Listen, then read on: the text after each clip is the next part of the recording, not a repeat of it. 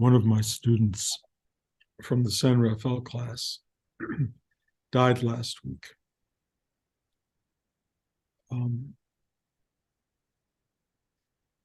There could have actually been a little before last week. And I don't have a lot of information, but it was potentially an overdose, potentially fentanyl. His name is Jose, for those of you who were in the class and knew him, one of the truly wonderful hearts that I've known in my life. And his partner, Layla, has had such a difficult and painful reaction to all this that she's being hospitalized right now. And I've not been able to get in touch with her. And I'm only hearing all of this third hand. I bring it up for a number of reasons. One, he was a student.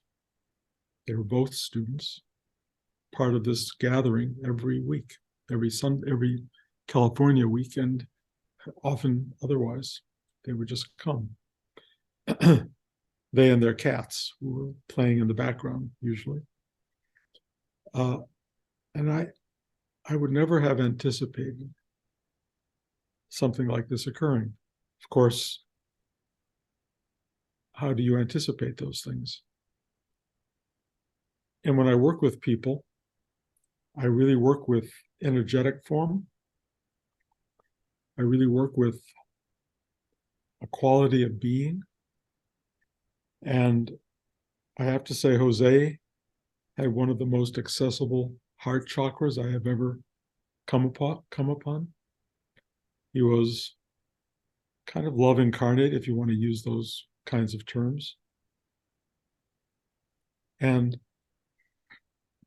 I really, really deeply miss him.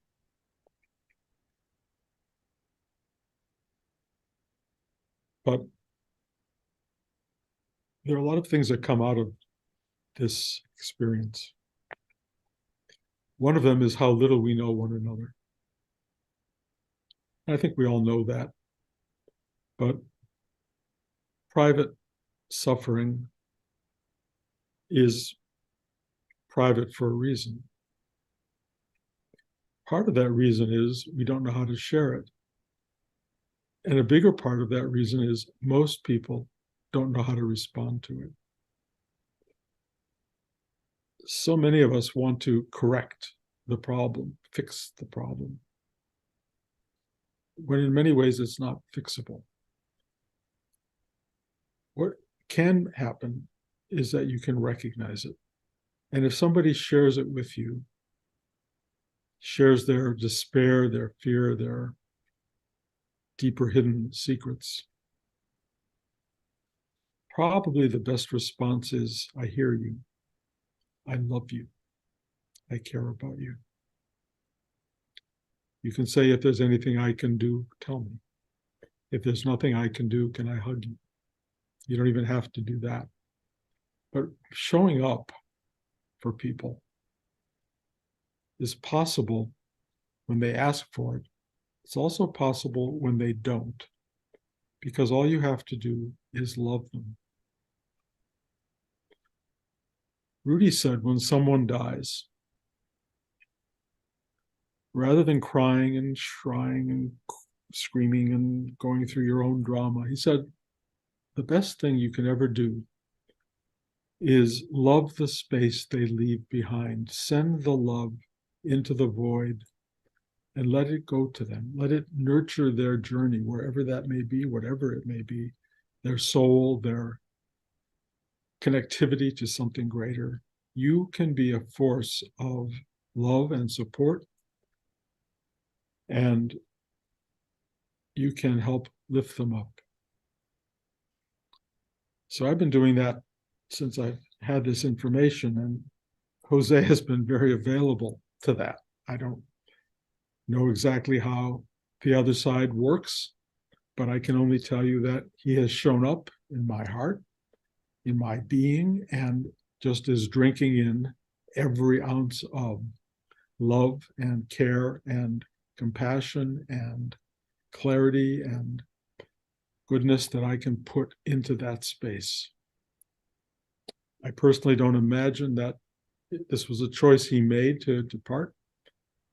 But like many people in our culture, he was probably supporting the pain and difficulty of being on this planet and being in this world with other substances that made it possible to ride the waves.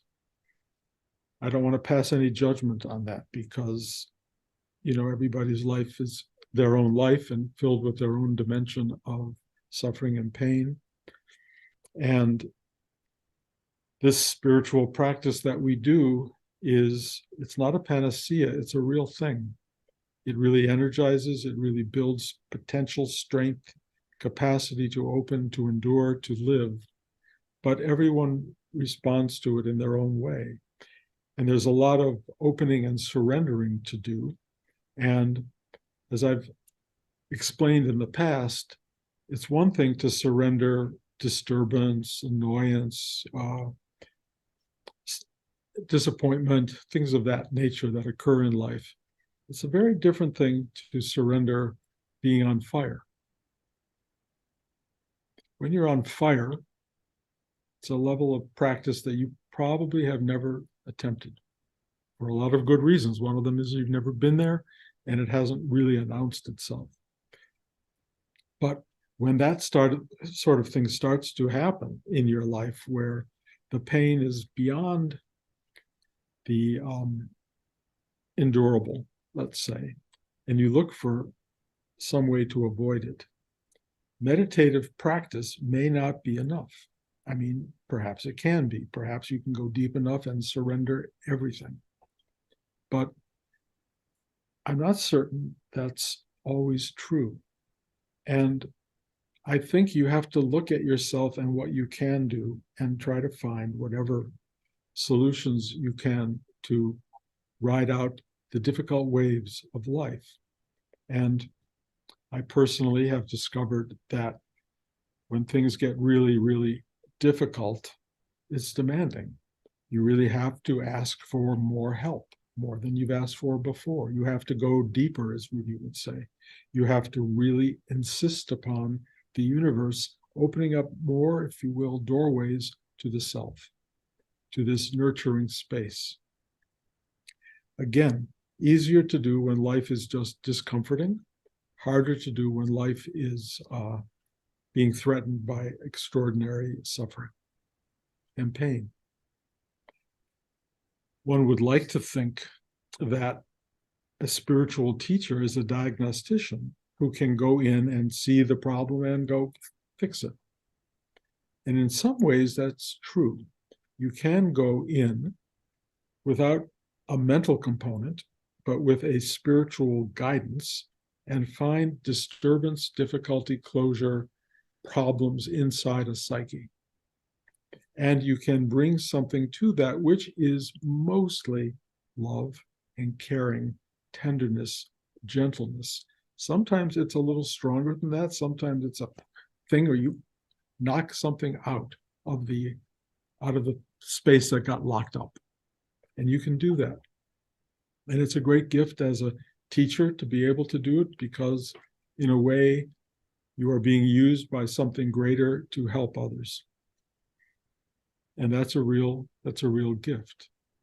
It's really interesting because when you let go of yourself more and more deeply, what remains in a funny way is everybody else. Suddenly you are everybody else. And if you have learned how to work yourself to some degree or work with yourself and on yourself, you can be of value and help to others. But there are people in the equation who are further out in their demand and their need and their pain and their worldly suffering. And to reach them can be very difficult. And so I'm not trying to be an apologist, because if I could have, I would have been there for Jose. I would have held him deeply. I thought I had been holding him deeply. I love this man. I love Layla, his partner. They are among the most open-hearted and beautiful people among us. And so when there's this much suffering going on, in a way you feel uh, uh, less than able to do what you need to do or what needs to be done. And in a sense, you have to hand it over to something greater. And that is really the real teaching of this work, that we do what we can. We do what we can. But the clear message to me over and over and over is that we are human. And for people who want to think of their spiritual journey as making them something other than human, superhuman, super conscious, super aware, I, I, I don't know what to say to that. I think some people may have moments of that. I certainly think I have had moments like that, but I have discovered they're part of a much bigger flow, and that holding on to or identifying with any kind of supreme awareness is a trap from my perspective. We are not supreme awareness. We are a human doorway to that. And it will shine through when it wants, and it will recede when it wants, and it will dialogue with us. It will teach us. It will inform us. And at times it will anoint us with the reality that we are something much more than this individual passing through time and space. But the day-to-day of that is what we all need to work on. We need to live with the joy of spiritual practice. And, I've lost my teacher 50 years ago in a few weeks. I lost Rudy. And that was another sudden departure. And his departure has, of course, informed the rest of my life. He has really, in so many ways, proven to be a underpinning of everything that's occurred since then. His guidance is ongoing, even though he's no longer physically present. Someone like Jose, who was not Rudy in my life, but a loving force, I can know that whatever he is, he was, will continue to be. I just feel that. I feel that for everyone I've ever known who's left this world, that they are a present tense reality for me. All I have to do is dig in, touch their space, if you will, and there they are. Everyone who I've ever known who's passed on is still with me. So I think the job for all of us is to connect as deeply as possible to that inner space so that we can nurture the reality of our own being and have it become centered enough, strong enough, vital enough that it can serve others in their journey, and then hopefully be there when we really need it in the worst of moments to get us through our own difficulties. We need to be forgiving of other people. We need to be able to listen to other people. We need to be available, but not everybody will come to us, and not everybody will be able to use us well. That's just the nature of reality. Some people will just be beyond that. I've talked a little bit about some of the despair and depression I have experienced in the last year, which I think, probably turns so many people off, because it's like, one, why are you talking about it? But two, why are we supposed to listen to you as a teacher? But one of the things I discovered about that part of human life was that it's not mental, that it's not simply a thought thing you can fix with changing your mind. It's as biologically powerful as a broken arm, as a cancerous growth. It's something that happens to people, and it may happen to people around you. There are things that take place that are profoundly powerful. And I feel like I am being taught by the universe how to find a place that is wonderfully, expansively empathetic with every other human being.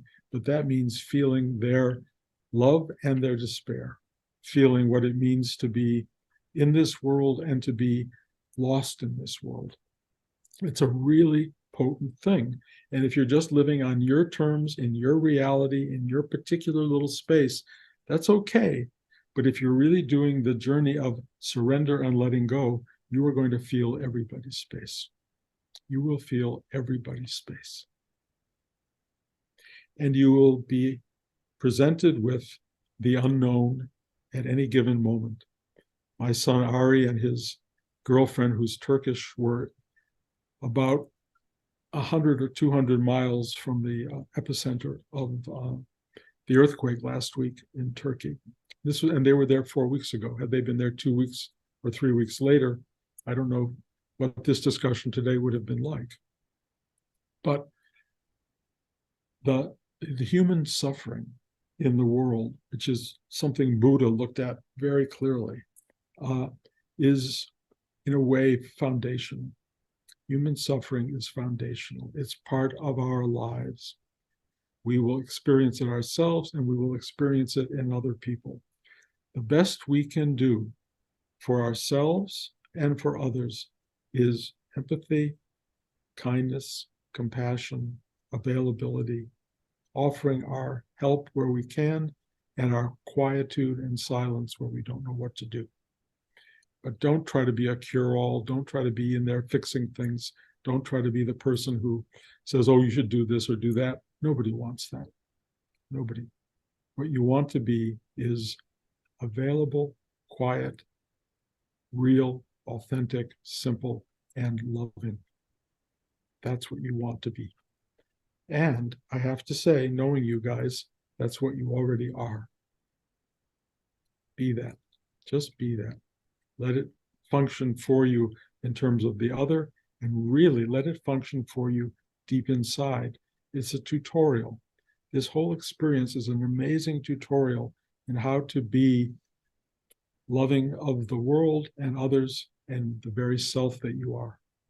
That's great lessons. And you will be taught by presence and absence. I've talked about that quite a bit in the past.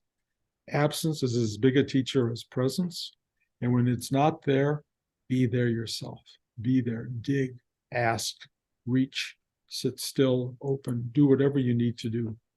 But if you can avoid going to something that will facilitate your ease in getting there, you will miss the muscle system. You know, if you're taking another shot of whiskey or you're taking another shot of whatever in your arm, you are going to not find the muscle in yourself to do this work. That's not what we're being taught. Sometimes you have no choice because the pain and the suffering is so great. But if you have a choice, and each of you, in a sense, know whether you do, it goes to do the work. Do the work. Ask for help. Show up. Be present. Walk through the pain. Walk through the suffering. Ask for guidance. And my own experience is it keeps returning. It keeps coming back. They go, okay, that was good. That was good. You did that. Okay, keep it going. And I keep finding that to be the great teaching of my life. Not that they're removing me from pain and suffering. They're showing me pain and suffering and letting me taste it and touch it in very deep ways. And then showing me how there's still this extraordinary underlying force that uses all of that in the manifestation of this unbelievable, almost miraculous reality that we find ourselves in. Yes, it has yin and yang. Yes, it has suffering, and yes, it has joy. Yes, it has all the dualities that we have come to experience, but it also has the fact of its true being. And its very being is what we're here to learn from, acknowledge, celebrate, recognize, and say thank you for. That's what this is.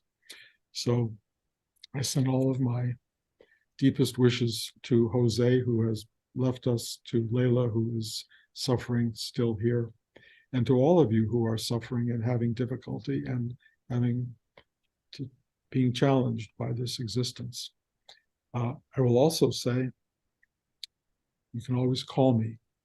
I'm not going to try to give you advice, but I will be available to listen.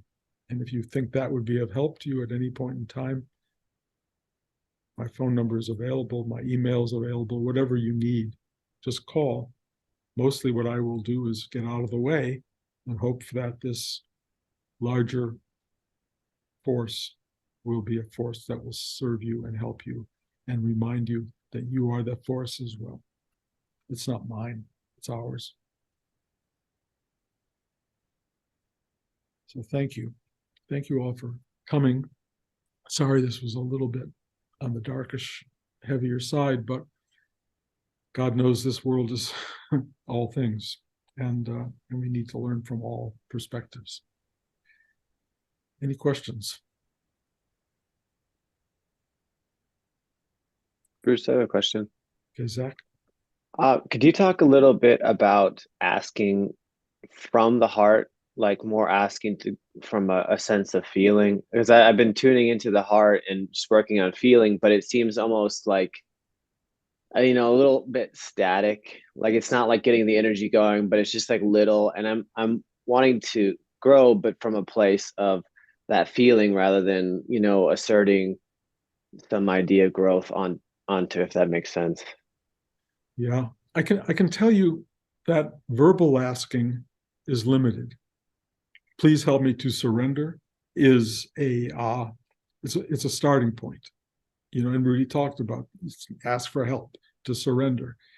Focusing attention in the heart, going in there and feeling is really important. And if you go there, try to find the feeling that makes you start to open. And that feeling can be any number of things, but it's a search and find process.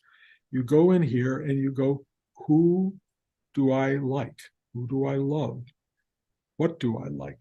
What is the joy in my life? Where does it come from? Hopefully, you can feel your way into that and then begin this process of embracing that. And it slowly, slowly starts to open the heart. It may be your mom, it may be a cousin, it may be a teacher you met years ago, it may be the person you live with, whatever it is. Find that inside and then enter, sit there, watch it, experience it, feel it. Don't think about it because the heart chakra is not mind. It's really empathy, sympathy, feeling, love, compassion. It's also fear. It's also all the things that you don't like that come in the heart, worry and all that stuff. But sit in that space and reach for the thing that feels like something that you care about or love or could care about and love, and breathe into it and ask for help to surrender, which means to let go of all of the constriction around it and let it just emanate within you and let it just move around and expand and express itself. And you will find there are clues or keys to the opening that go deeper and deeper. And you start to feel real love for mostly for other. If you can find it for self, that's a great thing as well. But the other is really the core at where one can open. And if you can think of where to go, if you can imagine where to go, if you can feel where to go, it is a process that will start and it will expand and expand to the degree that you focus on that spot. It's really essential. The heart chakra is one of the guiding factors in human existence. The deeper version of that is the navel chakra, which is harder to get to because there's not a lot of mind or thought that go there. It's a kind of grounded knowing that you need to feel, what do I know? What do I know to be true? What do I know to be real? And you start to feel that, and it starts to become much more expansive and powerful. And when that starts to work, there's a lot more dynamic of energy going through the system. And when all that energy combines, you become a conduit for something great. So I know you're right about the heart chakra, and I know your heart chakra, and I know if you can spend more time there and really breathe into it, don't criticize yourself, don't judge it, don't get mental about it, just be there and let this thing start to open. You will be rewarded, if you will, by a sense of unbelievable love and compassion for more and more of the life that surrounds you. And it will be a beautiful gift that you will bring to people because they want it from you and because you are a potentially great conduit for that. So work it. Anyone else? Thank you. You're welcome. Okay, one brief message. Next Sunday is we're going to celebrate Rudy's Samadhi, which means the 50th anniversary of his passing, which is on the 21st, so a few days later. And so I'm going to open it up to the West Coast and the East Coast, and we'll just have, probably more screens than can actually be worked with. And I will try to do something of a class. But mostly what I would like is to be available to anyone who wants to share their feelings about Rudy, whether you knew him or didn't know him, whether you are a beneficiary of the practice or whether or not you just want to sit and listen to other people. If you would like to come for that next weekend, again, it will be California time, 8 o'clock. Here it'll be 11. And there will be people here, I hope, who will gather at my home, hopefully in this post-COVID world, and we'll let people come sit in this chair and just talk to you about their experience, and then use the Zoom universe. Arkady can help me to let each of you have a moment, any of you who want one, just to say what you would like to say. Not looking for profundity necessarily. I'm just looking for an opportunity for people to acknowledge what it means to have somebody 50 years after their passing still being an impactful force in your life. Pretty extraordinary in my game. and since it's still being shared with all of you, hopefully a force in yours as well. So that's next week, 8 o'clock California time. I will send a message out about that in the next few days, just so you know about it. And if you don't show up, I'll be back in the California class in 2 weeks. Thank you all.